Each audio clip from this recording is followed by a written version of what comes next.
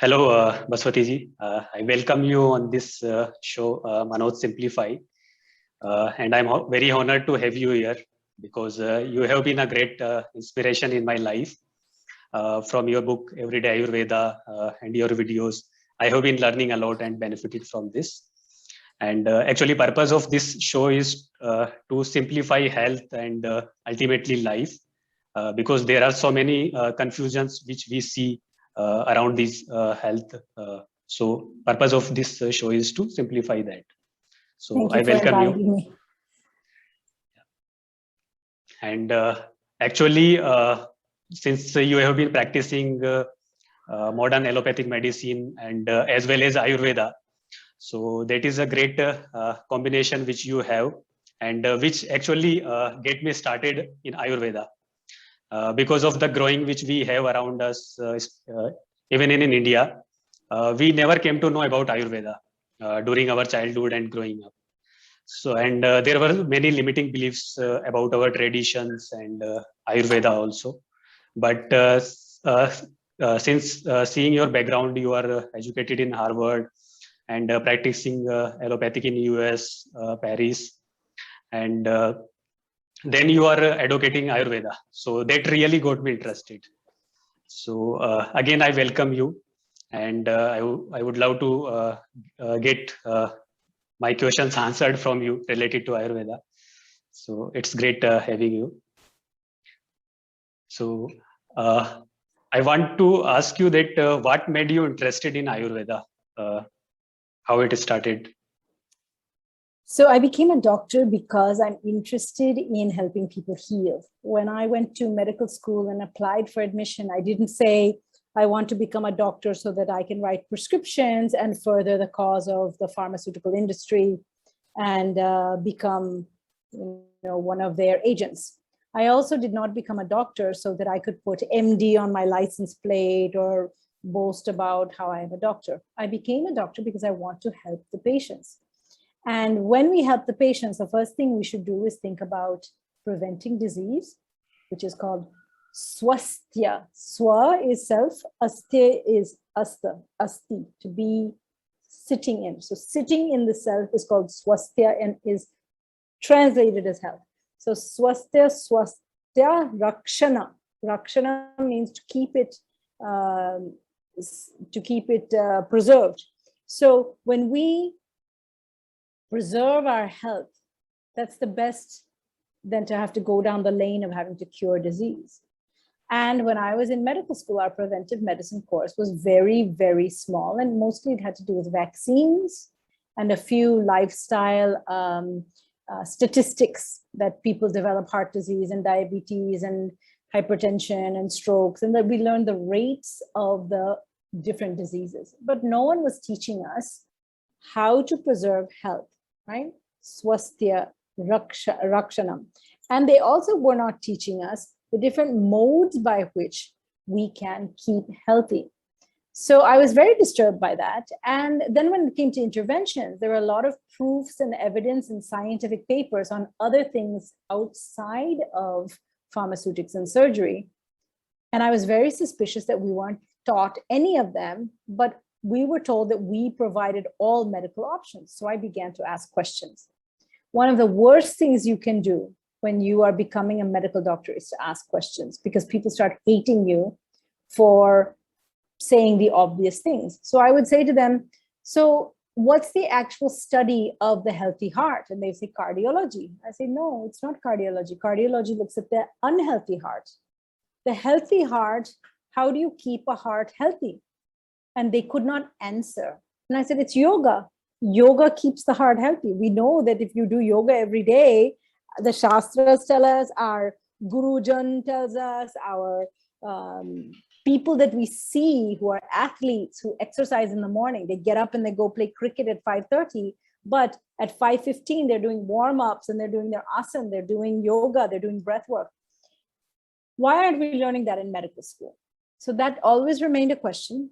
I got my degree and I started treating patients through the beginning of medical school.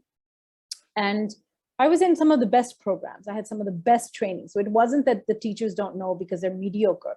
These are the best available, and they are not teaching.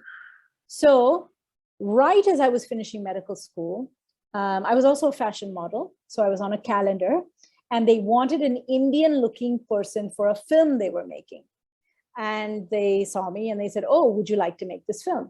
I don't think they chose me because I was an intelligent doctor. They chose me because I was Indian looking and because I was a woman that looked, attractive to them.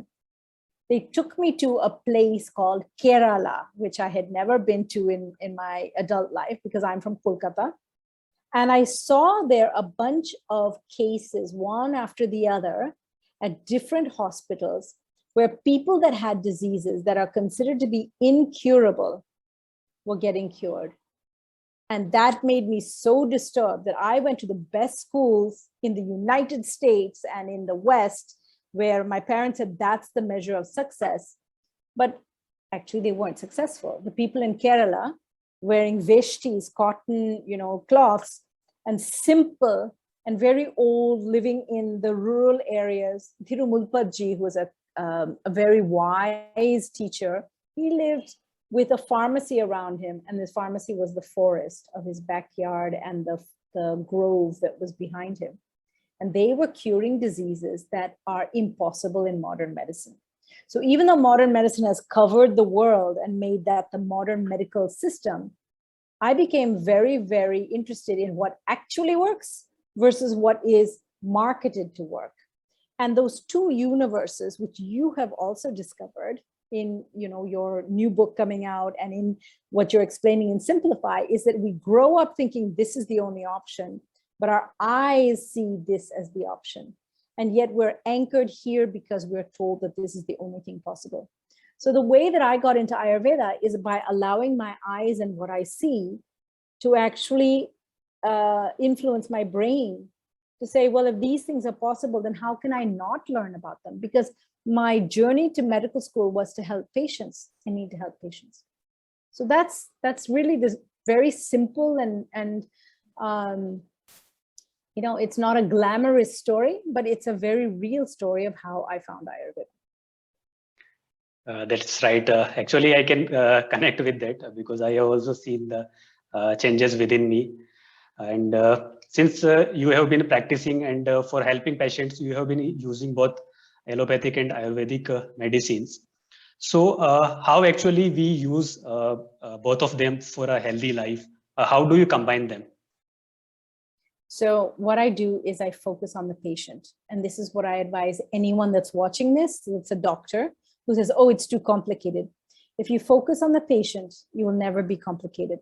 Each patient has a preference. They have a mindset. If they're mentally not strong enough to accept or to understand Ayurveda, or they have a lot of suspicion about it, I don't give them Ayurveda. I always say not everyone deserves Ayurveda. What does that mean? That means that not everyone deserves it. Ayurveda is a gift. And if you are not able to understand it, don't use it. Go and use allopathy. It's cheaper and it saves the plants and the medicines, which are very beautifully made. That effort is not wasted on someone who doesn't believe in the medicines. Go and use allopathy, which is chemical synthetic medicines, and leave the actual true prana, the life energy filled medicines for the people that believe in it. So the first thing is I assess where they're at. If they come because their husband or their wife or their mother or their son told them to use Ayurveda, but they themselves don't want to use it, then I take out my prescription pad and I write them a prescription. So here's your Vasotec, here's your antihypertensive medicine, go take that. And they say, but I thought you were going to tell me about Ayurveda. I said, then I tell them a couple of hints. First is I do something I call the assessment of A, B, C, D, E, F, which I'll tell you in a second. If they can do the A, B, C, D, E, F, and they come back and they're somewhat able and curious, then I help them. If they read about Dinacharya, which is the book that introduced you to me, the Everyday Ayurveda book, then I will say to them that, okay, so you've read this, you've adopted some of these, maybe you are ready for Ayurveda. And then I'll slowly take them into Ayurveda. I'll also assess their what's called the Dashavida Pariksha, 10 different factors that individualize how to use Ayurveda for each person. So let me go through the A, B, C, D, E, F. Shall I? Yes. And you can actually note these down because this will help you assess your own. A is for appetite. In Ayurveda, we call it ruchi, which means your hunger, your actual hunger. In the regional, languages of India, regional meaning Marathi, Hindi, Bengali, Malayali, those languages will call ruchi as interest. But it's not just interest, meaning something you want to take into your mind, but that desire to take things into your body. So A is for appetite. If you don't have an appetite to eat, but you're eating because it's 8 o'clock in the morning and you have to have your breakfast because you have to get out the door by 9 to get to work by 10, but you're not hungry, then constantly eating food when you're not hungry is bad for you. And so even though they say you should have a regular meal of the day, your appetite should be regular so that you feed your appetite. And learning that art of the appetite versus the time is definitely part of Ayurveda. And a good Ayurvedic doctor is going to help you to learn how to get your appetite in tune with your hunger level. There are a lot of things we can use in order to get that hunger up. And that is exactly what we want.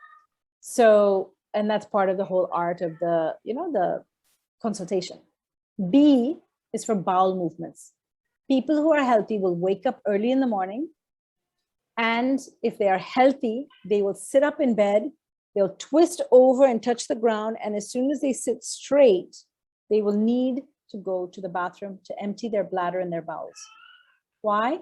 Because we have a physiologic mechanism that tells us that, oh, it's time to now do this because after that, I'm going to get busy. I have to take the cows out to the field for grazing. I have to go to the place to work. I have to get breakfast ready for the children. Whatever your work is in the morning that will take so many hours, it's so continuous that you don't have time for a break.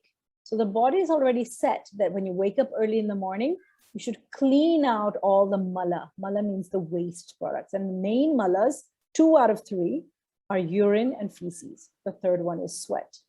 And that should happen in about, several months a year continuously from your skin. If you don't sweat, then you're not getting rid of that mala. And that's a big reason why people have stuff trapped in their muscles and in their bodies.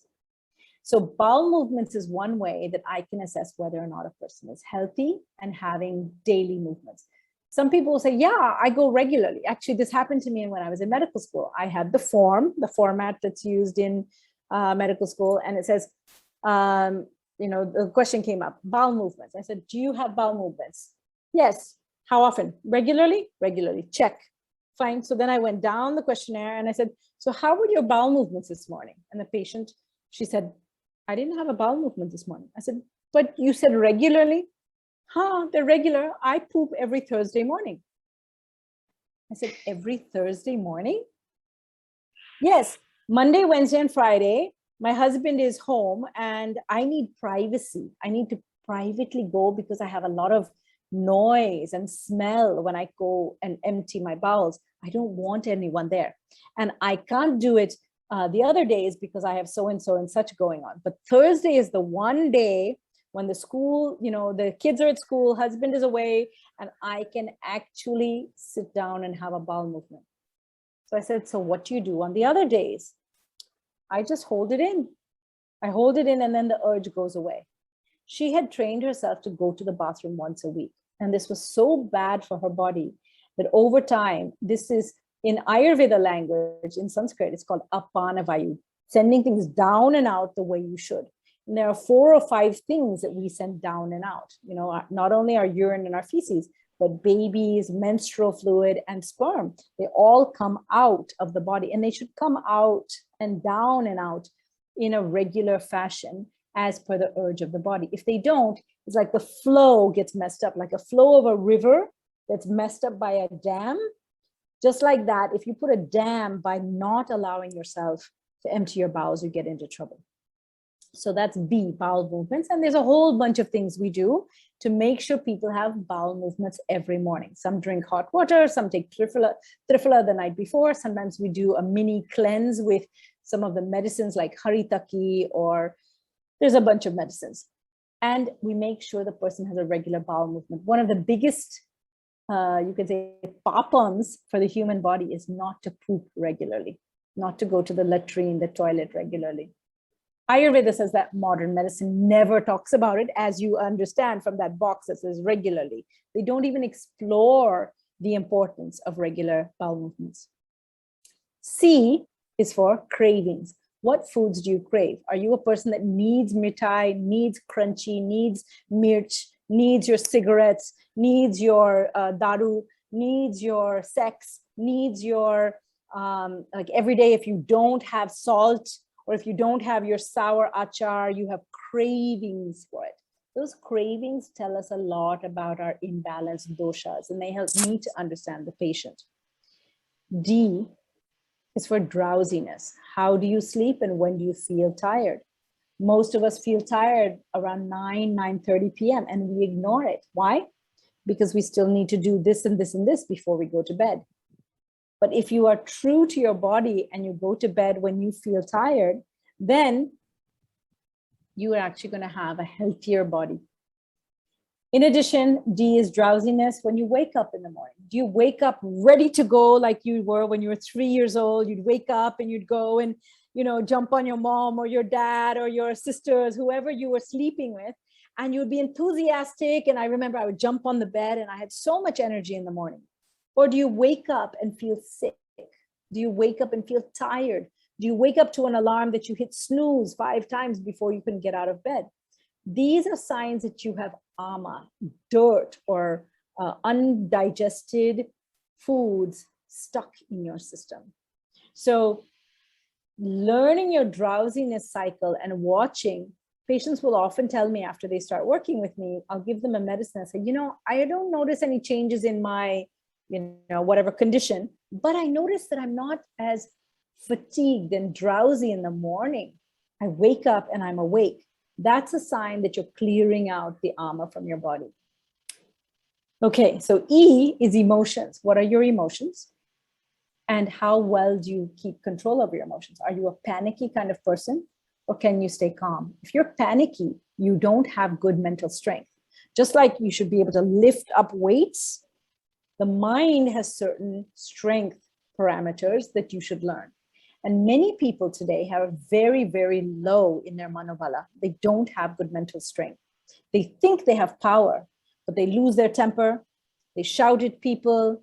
They're on the road and they're driving very fast and like shouting at their fellow drivers on the road. They yell at their wife. They beat their husband. There are many women who beat their husband because they're so angry. They're lacking control of their own emotions, or they beat their children, or they beat their parents. These people are lacking emotional balance. And it's not just the anger. There's also people that have deep sadness. They can't seem to get going. They have this, what we call COVID inertia. You were sitting inside for a year. Now you can't get yourself to start going outside and taking your morning walk, evening walk, even though the laws have, changed to allow us to go outside again. So emotions are the whole range of emotions, and we assess those. And then F, the last one, is fatigue. So in addition to waking up in the morning and not feeling tired, what are you like during the day? After you eat lunch, do you sit and, like many of the professors at BHU, I would watch them, they would have their lunch, they'd come back to their office and they would sit like this. So they're sitting at their desk in their office, but they're sleeping. Why? It's because their digestive energy is low. In addition, some people are fatigued at the end of the day. They can't move. It's 5, 6 o'clock, or they're fatigued at 9 p.m. If someone tells me I work all morning from 5 a.m. through the day, I never take a nap, and then at 9 p.m. I'm tired and I don't know why, I'll say that is good fatigue. But after you go to sleep at 9, do you wake up in the morning and feel fresh again? Yes, I do. That's a normal, healthy person. But if they are fatigued at 9 p.m., but they're also fatigued at 5 p.m., they're also fatigued at 1 p.m., they're also fatigued when they wake up in the morning, they have ama in their body. And so by assessing this A, B, C, D, E, F, appetite, bowel movements, cravings, drowsiness, emotions, and fatigue, I get a wonderful way of assessing. Now, my choice is, if you are a person that wants a pill because your life is too busy, you have 9 children, parents-in-law, your own parents, you have a job, your husband is a duffer sitting on the sofa watching cricket and doesn't want to work every day, and you are doing everything, then maybe what you need is a pill and not decoction in the morning and massage and this and this, because Ayurveda has so many modalities that you can't do them. So I, as an allopath, will then prescribe them a tablet. Sometimes it's an allopathic tablet to get their symptoms down, and sometimes it is a Ayurvedic tablet, which is called a gutika or a vatika, depending on the shape, and that will help the person. So that repertoire of different things that I can use, not only in Ayurveda, but I also use homeopathy and aromatherapy and yoga postures. Pranayama is part of yoga. I use allopathic drugs. I use energy work, which is the energy heat that comes out of my hands. And I think I'm forgetting a couple of remedy options. All of these together are for the patient, because ultimately it's about getting the patient to heal. It's not about, you know, whether or not I can say I'm an allopath or an Ayurvedic Vaidya. It is about helping the patient. So to summarize, I put the patient in the middle and I see what's right for the patient. Is that a very long answer to a very short question? No, that's actually great because the science you have mentioned, even people, they can assess themselves and if they find some difficulty with them, then they know that there is something wrong with within that. So that's a really good way to assess.